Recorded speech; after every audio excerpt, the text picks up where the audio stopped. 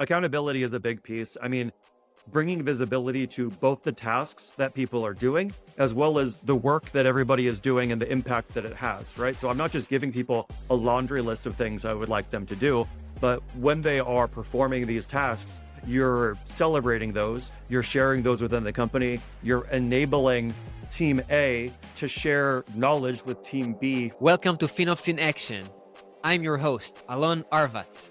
Each week, I'll sit down with FinOps experts to explore the toughest challenges between FinOps and engineering. This show is brought to you by Point 5, empowering teams to optimize cloud costs with deep detection and remediation tools that drive action. Hello, everyone. Today, I'm super excited to host a dear friend and a well-known figure in the FinOps industry. He's a FinOps leader and a community builder. Before FinOps, he was actually a tech journalist, with his writing featured in major publications. More recently, he has held senior positions in FinOps at major tech companies, co-authored 2 full-length plays with his wife, including The Floor Show. And today, he is the Cloud FinOps Lead at Squarespace. Dann Berg, happy to have you with us. Thank you so much. I kind of have been all over the place, it sounds like, for my intro, but it's fun to do lots of different things. You have a very diverse experience, and I'm sure that fusing all of it together help you do a lot of great things today as a FinOps leader. And I would like to go straight to it. And you joined Squarespace not too long ago, so you were probably tasked with building or revamping your FinOps program. And this is why I'm really, really curious to hear what you think should be the FinOps practitioner top priority. Yeah, so I joined Squarespace a little less than a month ago. So I'm still new there, still getting ramped up. And I think one of the things that I'm personally focusing on, and I think a lot of people should, is one, visibility and shortening the feedback loop when it comes to cost. So visibility starts with tagging, so you actually know what the spend is. And then the second part of that is getting that cost data into the hands of the people that are incurring costs, which usually is all of engineering, because all of engineers have the keys to turn on more infrastructure. And so an engineer, if they make a code breaking change, will know instantly. There will be the website shut down, there will be a bug, there'll be some sort of feedback that's immediate. But when it comes to cost, in most instances, that feedback loop could be a month and a half long. And so really your goal as a FinOps practitioner is to shorten that feedback loop and just make sure people have the data so that they can make informed decisions about what to work on, whether that's a cost saving thing or whether that's just continuing to focus on what they're otherwise the features they're working on. So you talked about data and the importance of data, which is for sure extremely important when it comes to FinOps. But I would like to double click on that because I feel that there are a lot of different types of data. So very often when I talk to other FinOps practitioner, they talk to me about cloud spend data, which is the obvious part. But there's also more technical data sets. There are data sets that are more financial. I wonder, what types of data do you have in mind when you talk about making sure you have the data and disseminating it across the organization? Yeah, well, that is a really good point because there's multiple levels of this data visibility. The first is just basic cost data. Like, do you know where all your dollars are going, and who is incurring all of those costs? And that is just base level. You definitely want to get that set. But one of the examples that I sort of think of is you're eventually going to have some sort of cost anomaly. Costs are going to spike, maybe costs are even going to go down, and you're going to have to do an investigation as to why that is. And the why has to do with the underlying metrics and data that cause that cost to spike. Because cost is kind of like the highest level of abstraction. It's the ultimate, like, what hits the bill. And so you're going to want to get lower level in terms of that abstraction. And oftentimes that's going to be usage metrics, that's going to be disk IO, that's going to be network throughput. There's so many different aspects of it. And eventually, in order to shorten that feedback loop too, okay, you want somebody to know if there's a cost anomaly, but you don't want to show them that cost anomaly if you just onboarded a customer And so you have a cost increase and there's a paid customer behind it, right? Like that's good cost increase. And so having all the data available in order to bubble up the right sort of cost anomalies and be able to explain all the different changes in cost. I totally agree with you. And I can tell you that something that I talk about a lot is the fact that spend and cost is a derivative of infrastructure. And like you said, you have a cost anomaly. There is something that happened on the infrastructure level that caused it.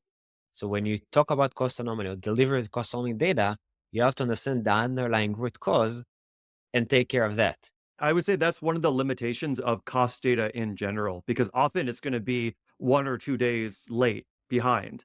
And so there's a lot of methodologies or a lot of tools there that can sort of give you a forewarning about upcoming cost anomalies by using data infrastructure metrics to like catch that spike as it's happening in the infrastructure and being like, oh, this is going to show on your cloud bill in 2 days. And so it gives you sort of that head start. So again, based on how advanced your practice is, your goal is going to be shortening that feedback loop when it comes to cost. That's fascinating. So instead of measuring cost spikes and then understand what caused it on the infrastructure level, monitor the infrastructure and predict what's going to be the cost spike. Yeah, exactly. And when it comes to finance, this is not really the most uh, favorite methodology, right? Because finance wants to be able to tie the usage and the cost back to their invoice, right? But when it comes to engineers, engineers don't care what finance pays for the bill. They're going to care, I made an action and that action had an impact on that bill. And so the actual dollar amount, it's okay if that's fuzzy or if that's okay if it doesn't include an enterprise discount. It's okay if it doesn't include those things. What engineers need to see is I made an action and here is the feedback in terms of cost. And really kind of like separating those two branches where, okay, I'm talking to finance, here's how I'm looking at the data, or I'm talking to engineers, here's how I'm looking at the data differently. Nice. So you talk about specific data sets for finance, specific data sets for engineering. Is there a different data set that you would use for senior leadership? It depends on what the senior leadership is drilling into. Typically, what I'll do is senior leadership likes to see both sides of those. And when you're distilling things down to senior leadership, the way that I think about it is you really have to know like 360 full circle around the data. And then what you're going to want to do is present like a slide, maybe 2 slides, like really high level information, but with links that allow them to self-serve the data if they want to dig into it themselves, or you need to know it inside and out in case they ask you questions. So when you're going up to senior leadership, I don't really think of it as the two different like engineering or finance. It's just a super high level, like, hey, we spent 50% more. And then they can drill in whatever way that they want to look at that data. And obviously, leadership cares a lot about a cloud spend and infrastructure spend in general. It's obviously a huge cost center. When you create these reports with the data that they actually need from you, do you also leverage it to convey the value or the importance of the FinOps function? Yeah, I mean, I think once you start having, I mean, when you approach FinOps, there's quick wins you can get. So buying reservations or shutting down unused, unattached volumes, all those sort of like things that everybody knows. Um, and you can start doing that and having an impact on the bill. And just seeing either the costs go down or them leveling off is enough to start showing the value of the FinOps org. Aside from that, there are different methodologies that FinOps teams can track to say, okay, we made this change. We're counting that as X number of dollars that we saved per year. And putting that all together into a report is a nice way to do it. I would say not everybody is doing that. And I don't think there's a standard way to show that data. So right now, if FinOps practitioners want to show that, it's kind of like how does my senior leadership think about this and how can I present it in a way that works for their brains rather than a standard? But I do think that it's valuable just because the FinOps team is doing so much good work and having a positive impact. Having some way to put numbers on that, I think is important just to justify the practice and to show the value that you have. Absolutely. And FinOps function is not only about saving money, it's about changing the culture, changing the culture of efficiency and how people care about efficiency and think about the cost they incur in the business. So definitely, I think it should be highlighted as well. But like you said, adding the numbers is really, really helpful. Yeah, I mean, what I've seen over the past, I don't know, 6 or 7 years working in this space is that a lot of individuals and a lot of companies discover FinOps because they want to save money. That's like the impetus to do the searching online, to discover the FinOps Foundation, to discover all these methodologies. They're like, great, we can save this money. And then there's just such rich practice beyond that that they're realizing that they can do that are best practices when it comes to communication. There are standards for the way to organize and present data that kind of implementing a FinOps practice. Most people used to think of that as, okay, we're going to start saving money. And now it's this whole thing, like you mentioned, culture. It's just communication. It's bringing different teams together. And I think all of that sort of is what FinOps encapsulates in a bigger picture way. And you mentioned in the beginning that you want to disseminate this data to create short feedback loops and also inform decisions. I wonder if there's also an aspect of it of actually drive action. So disseminate specific data types or data points that will actually drive action from senior leadership, engineering, or finance. And I'd be happy to hear if you have an example for something like that. Yeah, so I think that's a really good thing, just because I think a lot of people, I mean, for many years, the FinOps Foundation would do an annual survey about what the biggest challenges for FinOps practitioners. And at the top used to always be driving action for engineers. Like, how can I get engineers to take action? I think, if I remember correctly, it's kind of dropped off a little bit because FinOps teams have become more empowered to just kind of do work themselves. But also, I think that trying to get engineers to take action is the wrong way to think about it. I'm an unbiased third party in this. I'm collecting the data. And so if I'm putting together, for example, a queue of individual tasks that could save the company money, when I'm doing that analysis, I'm kind of trying to take a look at, okay, what is the size of this effort and what is the impact in dollar signs, right? So I'm putting together this information and then I'm presenting that both to engineering teams so they can say, oh, if I do this work, which is a medium t-shirt size effort, I'll save $10,000. Or maybe that doesn't matter to me. My team spends $2 million a month or whatever. Let's instead focus on these features because that just doesn't make that much of a difference. So showing that to engineers and allowing them to prioritize things and then also bubbling that up to senior leadership because maybe senior leadership has a, a picture of the business that has kind of stepped back a little bit and can say, oh no, we have tasks across all of our engineering org. And if everybody does this medium t-shirt size effort, we'll save a, enough money to make it worth kind of holding or slowing down whatever roadmap items were existing. And so for me, I'm just trying to show people the data and help them make informed decisions about what to work on. So, in other words, if I understand it correctly, you say that you are not expecting the engineers to take what you provide them and just do it. Yeah. You expect them to take it and embed it into their decision making process. Well, they're going to have to justify to senior leadership if they don't do this task that I've given them, right? Like if I show, hey, you can save this amount of money by doing this, if they choose not to do that, that's fine. But they're going to be the ones that are beholden to explain to leadership why they didn't. And maybe they have a great reason. Maybe that's okay for the business, or maybe their priorities should change a little bit. But that drive is going to be coming from their management, not me and some outside organization trying to make people do things because that just doesn't work. Right. But in other words, maybe what you're creating within the organization is accountability. Exactly. Yeah.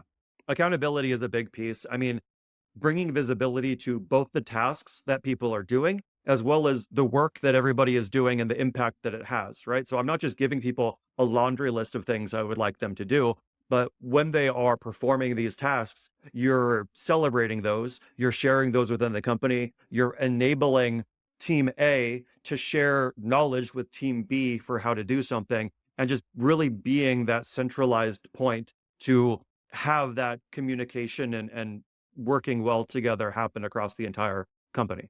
And it also makes sense because very often engineers have context that you as a finance practitioners don't have it.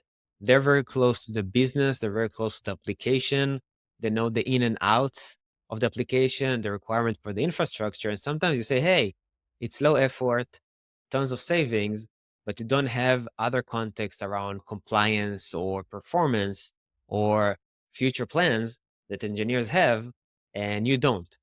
So in many ways, you say, hey, I give you a mirror. These are the opportunities you have. If you don't do it, no problem, but you have to justify it. You have to explain what is the reason you're not taking action.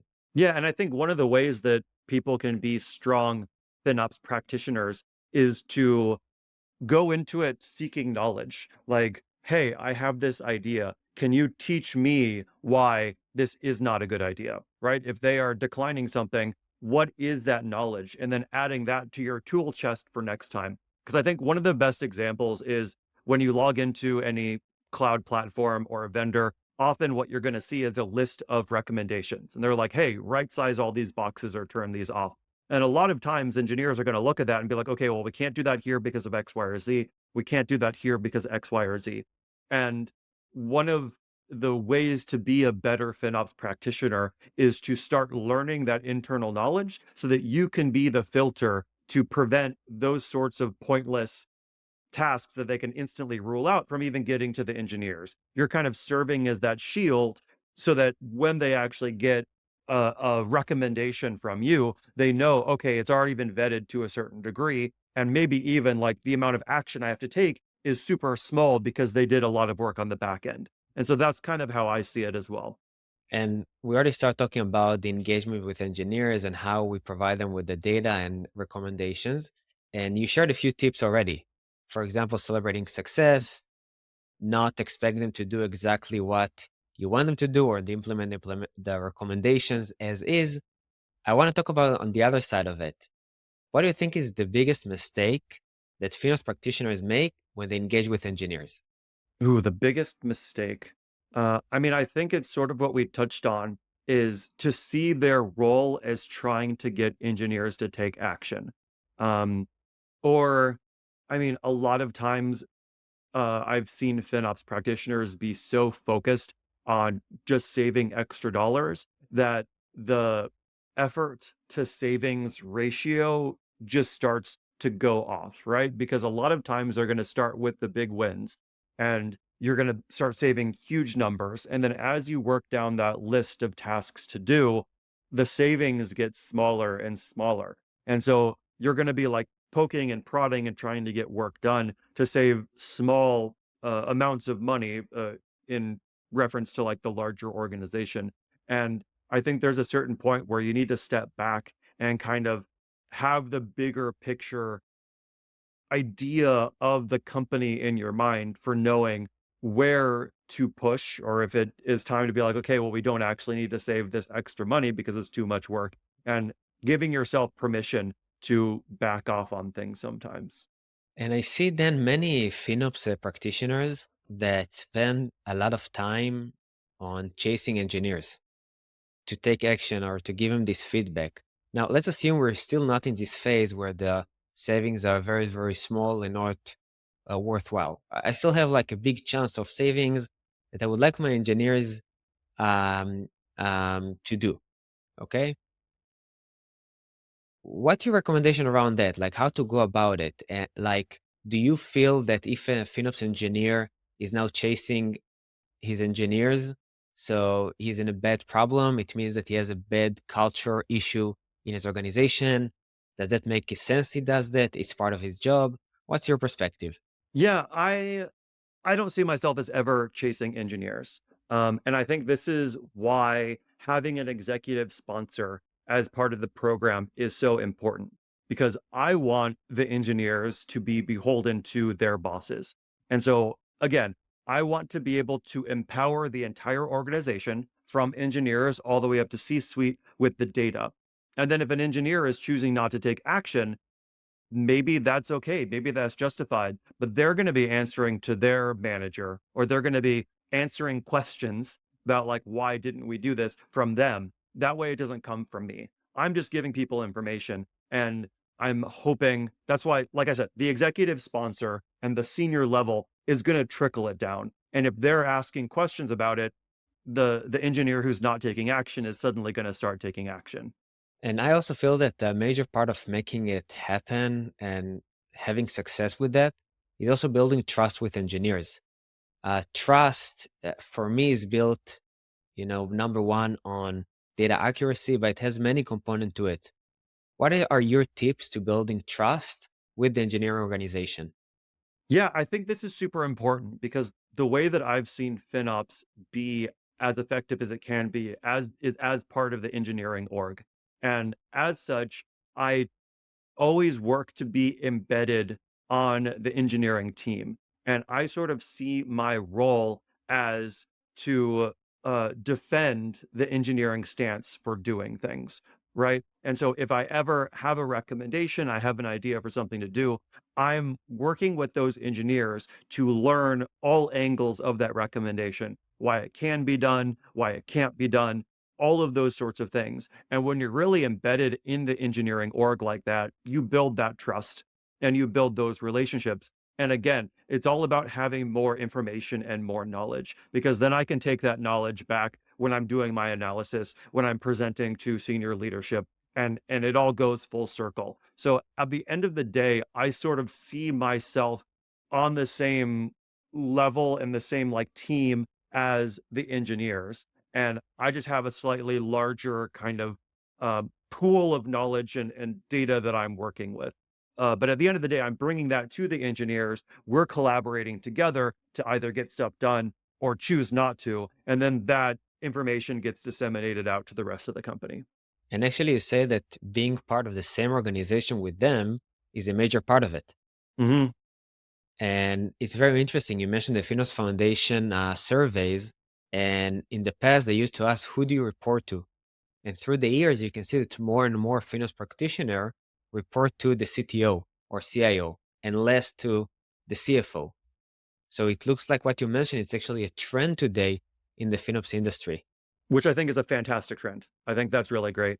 Um, One of the really cool things about the space and about FinOps is I think that it has given a lot of people that are not engineers or technical by background an opportunity or a path to get into more technical roles. And so I think we've seen a lot of people on the finance or FP&A side sort of see the opportunity and just start getting really deep into their knowledge with cloud, start getting really embedded in engineering teams. And then the engineering teams are seeing just how valuable it is to have this sort of persona on your side. And so they're bringing them into the fold. And for anybody out there that is on the finance side and is interested in moving into engineering, because it's super interesting, I really enjoy it. I think FinOps is a really great opportunity, and it just is, it provides a path, and there are a lot of people in the community who have that experience that are totally happy to help people figure out their own path that way too. So I think it's really great. 100%. And I think I've seen many like this. And if I'm not mistaken, you also don't come from a technical background, right? You actually studied in college English literacy, if I'm not mistaken. Yeah, so I had a creative writing with an emphasis on playwriting as a college degree. And then I was briefly, as you mentioned, a journalist. So I wrote for Laptop Magazine and The Verge. And yeah, so it was always with tech and electronics. But I really found my first opportunity in tech working in data centers. So I was working with vendors, buying servers, network switches, sometimes actually going into the data center and racking servers. Um, but from that perspective, I was working with finance to understand the cost implications of all the servers we were buying. And that company, MediaMath, was growing in the cloud at the time. And so I had an opportunity to step in and apply sort of what I was doing for the data centers to what was happening in the cloud. And then after that, I found an opportunity at Datadog, which is 100% based on cloud spend. And that's sort of where I discovered that FinOps was a thing and that other people were doing it, and really the career path really opened up in front of me, and I started seeing a lot of the options available. Nice. And then for people that listen to us and want to do this transition into a more technical FinOps role that is part of the engineering organization, do you have any tips on how to bridge the technical gap? Study. I mean, there's no way around that. Fortunately, the FinOps Foundation has a lot of really great free resources. They also have some really great certification courses if you want to kind of speed that up. Um, and then each cloud provider, AWS, GCP, Azure, has different training that's available as well. And I think it's going to be easier if you are currently working at a company where you can kind of I think the best way for people to move forward is to be able to identify an opportunity and then go towards that to say, "Hey, I want to be doing this," or "I want to be helping with this," and really taking the initiative. And so when it comes to advancing in this space or moving into FinOps, it's gonna be a lot of learning what you can from the free resources or the paid certifications, and then looking around where you can apply it, even if it is outside your current role, working with the people that are doing it. And wherever you can apply value, people are going to see that value and they're going to want more of it. And I think that's the best way to move into these sorts of spaces when you want to. And if I go back to your observation that FinOps should be part of the engineering organization, do you feel that FinOps or the FinOps practitioner is more of a finance guy or more of an engineer? Whew, that's a good question. I don't really think of it like that. I mean, at the end of the day, it is really a fairly even melding of both. Um, I mean, if I had to say one, I would possibly say more of an engineer, just because from a finance perspective, I would say it's a lot more difficult to make the bridge into learning all of the engineering stuff. There's a lot of certification works, things like that, versus if you're starting from the engineering side, getting a hold of the finance stuff, given the foundation of knowledge, might be a little bit less of a lift. Although I imagine maybe there will be angry people sending me messages after that. I don't actually know. But just sort of my perspective, that's sort of what I've seen. So I kind of think of it more as like engineering, especially when it's embedded in the engineering org. Nice. And we talked about the trend of FinOps people moving from finance to engineering. I wonder if you see additional trends in the FinOps industry that would shape this industry in the next 5 years or so. I mean, I think there's two things, and these are both things that the FinOps Foundation has identified. The first one is the shift left. And if you ever hear that phrase and you're not sure what it means, it basically means FinOps often is a reactionary thing. There's a spike in the cost. You got to figure out what that is. You go back and do detective work. What shift left means is shifting that process earlier so that you're using cloud cost data to inform decisions that people are making in terms of what to even develop. And so I see that happening more and more where people are, again, FinOps is just about data, right? So they're providing that data at an earlier stage in order to make informed decisions. And then the other thing is what the FinOps Foundation calls scopes. And that is, okay, the FinOps practitioner have brought a lot of value when it comes to cloud cost. Can we use some of these practices when it comes to our data centers? Or can we use some of these practices when it comes to other variable based spend SaaS applications that we're using? And I think kind of expanding and using the foundational practices that we've built in FinOps and applying it elsewhere is going to be what we see in the next 5 years. Very interesting. And I heard some people making a distinction between SaaS solutions like Snowflake or or Datadog and alike, and things like Salesforce and more classical SaaS solutions. Do you believe that FinOps will expand to Salesforce and more classical SaaS solutions as well? I see FinOps as partnering with procurement and that procurement department, but not necessarily replacing it. I think where the practices that have been developed under the FinOps umbrella, where that excels is with variable based, usage based spend, right? And so that's going to be Datadog, that's going to be Snowflake. But if you have a contract that doesn't change over the course of 12 or 24 months, each month, it's less interesting from a FinOps perspective because you're not trying to evaluate usage to understand the cost. And so I think it'll expand. I mean, you can put other SaaS like flat spend, static spend, SaaS in there just to bring visibility all in one place. But when it comes to the actual practices of optimizing the bill and optimizing usage, it's only going to be usage based stuff that really gets the bulk of the benefit from the practices that we're doing. And you think that if you don't have any dynamic costs, meaning you don't have costs that derived from usage because you don't use the cloud, for example, do you think it's worth even adopting a FinOps function, or it would be an overkill for something like that? Man, it really depends on what you're calling FinOps, right? I mean, the sort of the way that I'm speaking about it today, the answer is sort of yes in terms of certain practices, just because, again, I sort of see FinOps as being really good at knowing what information to look for and knowing who to show that data to. And even if you're not running in the cloud, you're just in a data center, there's going to be a lot of benefit in knowing what data to look for and knowing who to show it to. So if that's what you're calling FinOps, then yes. But that for a lot of people isn't called FinOps. That's just best practices or that's just common sense, right? And so it really depends on what you are calling it. Understood.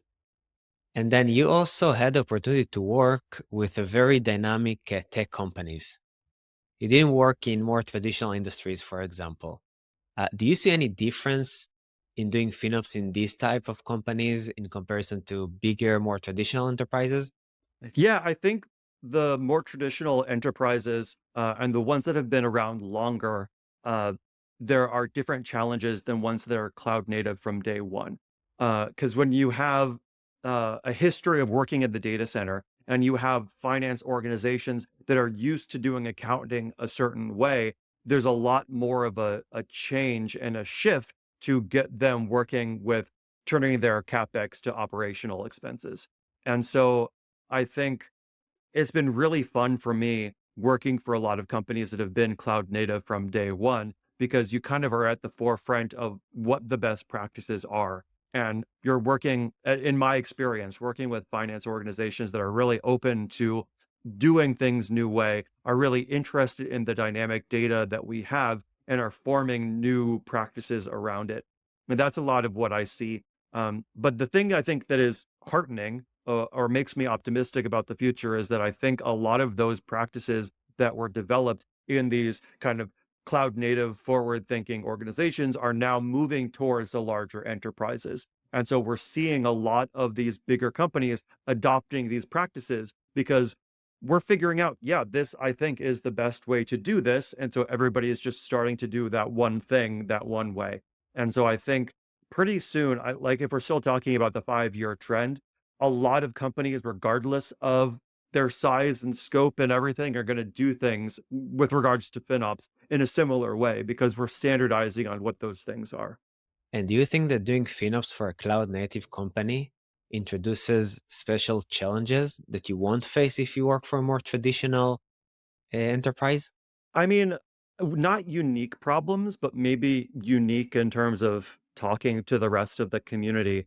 Uh, so when I was at Datadog, and they were cloud native and we were working on certain levels of visibility and unit economics, when I went and talked to other people as part of the FinOps Foundation, a lot of people were doing lift and shifts or moving from on-prem to the cloud. So I sort of felt like as a trend across the industry, people were in the process of moving into the cloud. And that's sort of where we as a community were. But when I went back to my day-to-day job, we are working on things that were different.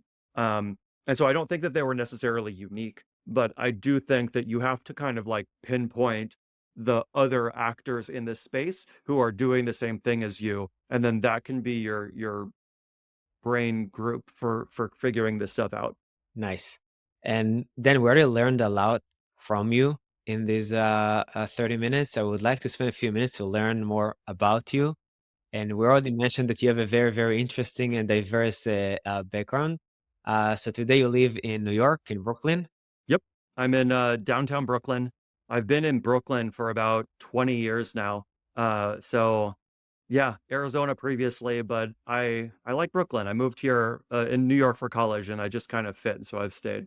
Very nice. So if I take you now to your last day at college, what tip would you give to Dan at that moment? Oh man, I wouldn't give. I mean, I don't know. I wouldn't give him any tips because I feel like I I was able to have a lot of fun post college.